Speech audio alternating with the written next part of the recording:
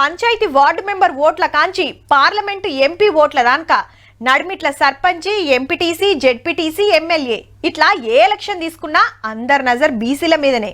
బలం బలగం పెద్దదాయ మరి ఎవ్వలకు జై కొడితే ఆళ్ళే గెలుస్తారు.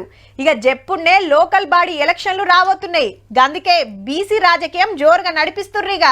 బీసీలకు 42% రిజర్వేషన్ ఇవ్వాల్సిందే కాంగ్రెస్ గవర్నమెంట్ మోసం చేస్తుందని ధర్నా చౌక్ లో ధర్నా చేసిర్రు బీజేపీ లీడర్లు. ఇళ్ళకెళ్లి ముస్లింలను తీసేయాలని రాష్ట్ర అధ్యక్షుడు రామచంద్రరావు సార్ డిమాండ్ చేస్తే సెంటర్ మంత్రి కిషన్ రెడ్డి సార్ గిట్లా అన్నాడు. మీరు బీసీలను గొంతుకొల్చేటువంటి ప్రయత్నం చేస్తారు, అన్యాయం చేసేటువంటి ప్రయత్నం చేస్తున్నారు, రిజర్వేషన్ తగ్గించేటువంటి ప్రయత్నం చేస్తా ఉన్నారు. హరికృష్ణ అన్న కూడా వచ్చిండు ధర్నాకు. బీసీలకు మస్తు ఫాయిదా చేస్తున్నారని మొన్న సీఎం సార్ ను కలిసి తారీఫ్ చేసి ఇవాళనేమో లడాయిలకు వచ్చిండు. అచ్చా అది బీసీ సంఘం లీడర్ గా ఇది బీజేపీ ఎంపీగా కావచ్చు. మేం బీసీల కోసం బిల్లు పంపిస్తే సెంట్రల్ రా బీజేపీ గవర్నమెంట్ ఆపింది, మళ్ళీ ధర్నాలు చేస్తున్నారని గరమైండు మంత్రి పొన్నం ప్రభాకర్ సారు. భారతీయ జనతా పార్టీ కడుపులో కత్తులు పెట్టుకొని అలుముకొని బలిన వర్గాలను చంపే కుట్ర చేస్తా ఉంది. శాసనసభలో మద్దతునిచ్చి ఢిల్లీకి వెళ్ళిన తర్వాత దీన్ని అడ్డుకుంటా ఉంది ముస్లింల పేరు మీద.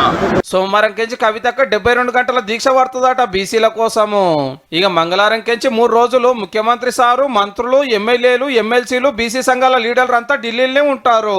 ఫస్ట్ నాడు పార్లమెంట్ లో వాయిదా తీర్మానము, 2వ నాడు జంతర్ మంతర్ దర్రా, 3వ నాడు రాష్ట్రపతిని కలుసుడు, 8 నాడు కరీంనగర్ కారోళ్ళ మీటింగ్. ఆఖరికి బీసీలకు ఎంత ఫాయిదా చేస్తారో గానీ వచ్చే వారం అంతా బీసీల వారం అయ్యేటట్టున్నది పో.